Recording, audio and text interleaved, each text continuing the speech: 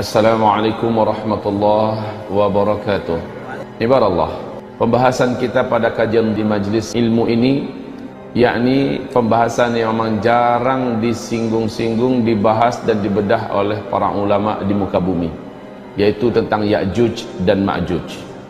Lalu apa yang akan kita lakukan? Keyakinan saya sampaikan, Ya'juj Ma'juj akan sampai ke Indonesia. Al-Kahfi ayat 92 sampai 99. Sebelum kita baca ayat ini, baik kita tumbuhkan pertanyaan, kenapa melindungi diri dari Dajjal dengan surat Al-Kahfi? Yang kedua, kenapa Allah letakkan kisah Ya'juj dan Ma'juj di dalam surat Al-Kahfi?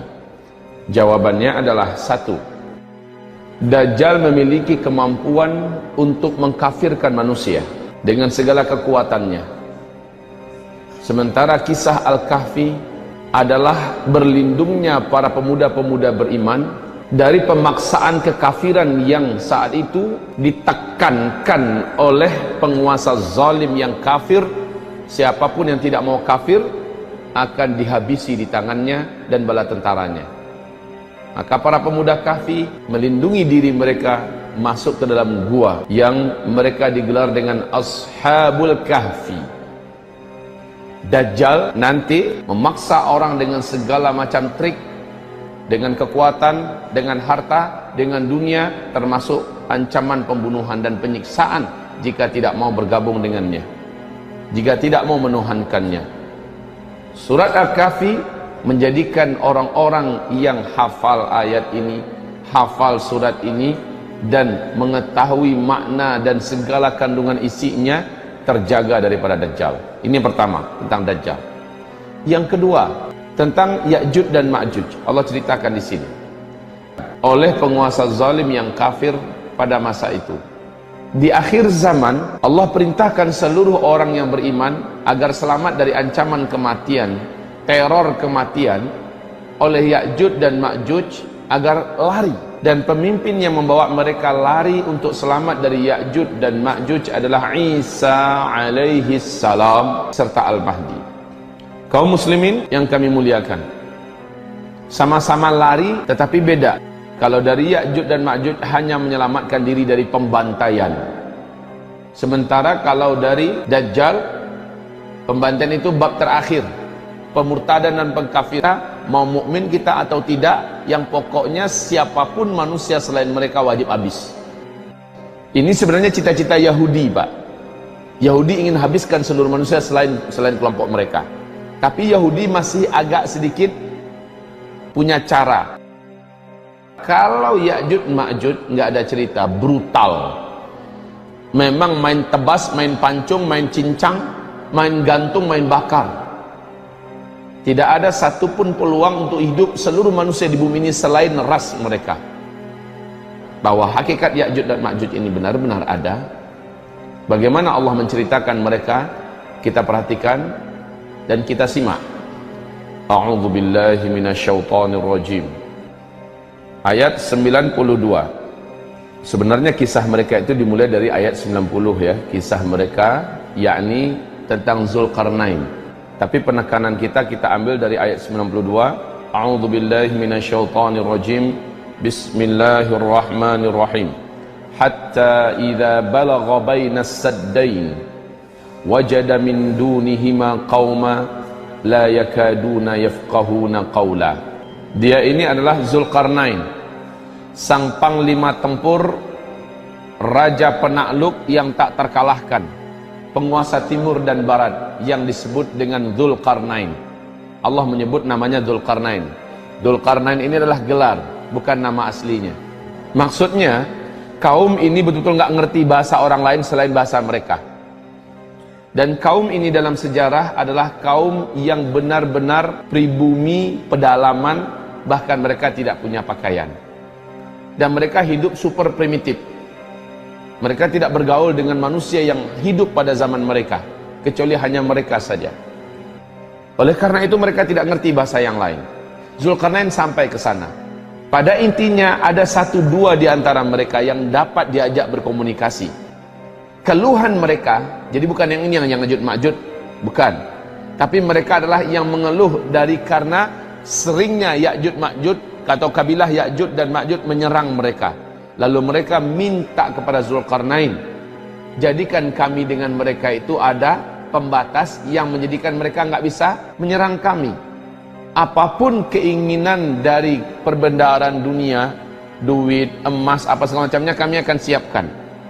Walaupun suku ini suku primitif, tapi mereka memiliki perbendaharaan bumi, kekayaan emas segala macamnya.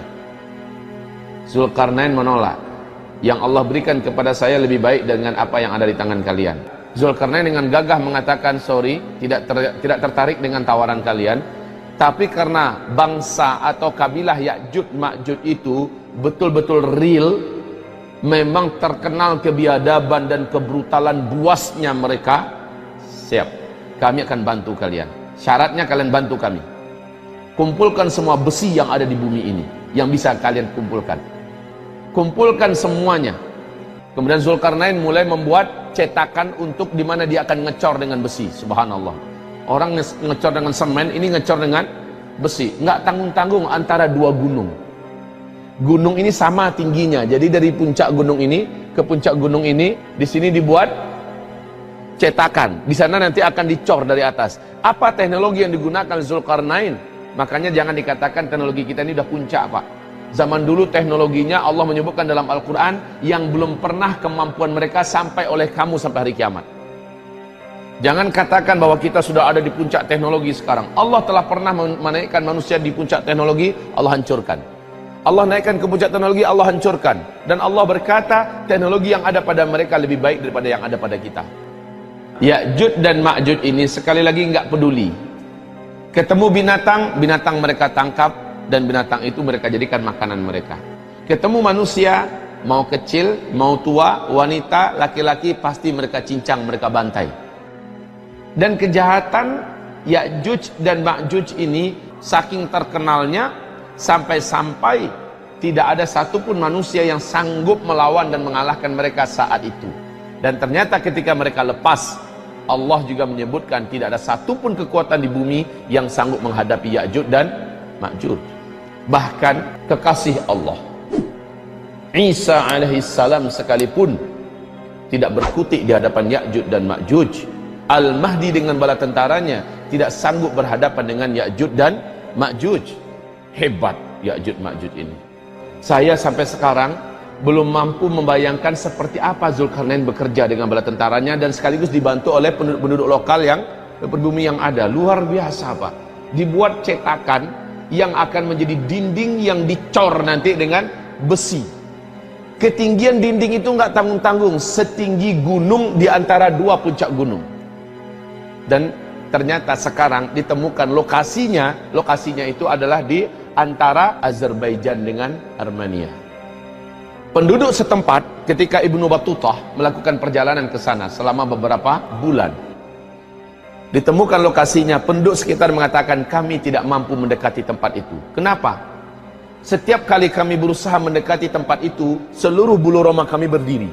Kadang-kadang, kata penduduk tempatan, kami melihat ada manusia-manusia kecil sampai di atas, di bagian yang paling rata itu, Pak, ada sampai orang-orang kecil.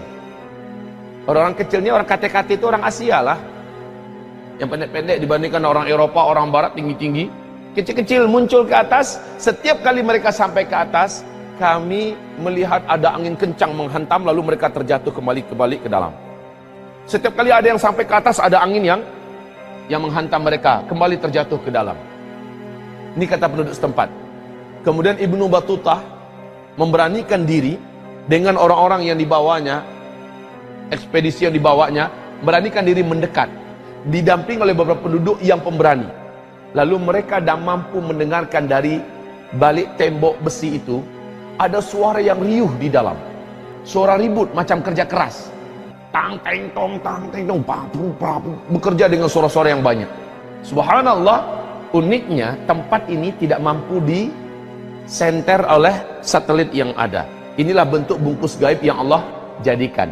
Fisiknya ada, kekuatan gaibnya juga ada. Kekuatan ini tidak mampu ditembus oleh satelit dan teknologi manusia. Persis dengan segitiga Bermuda.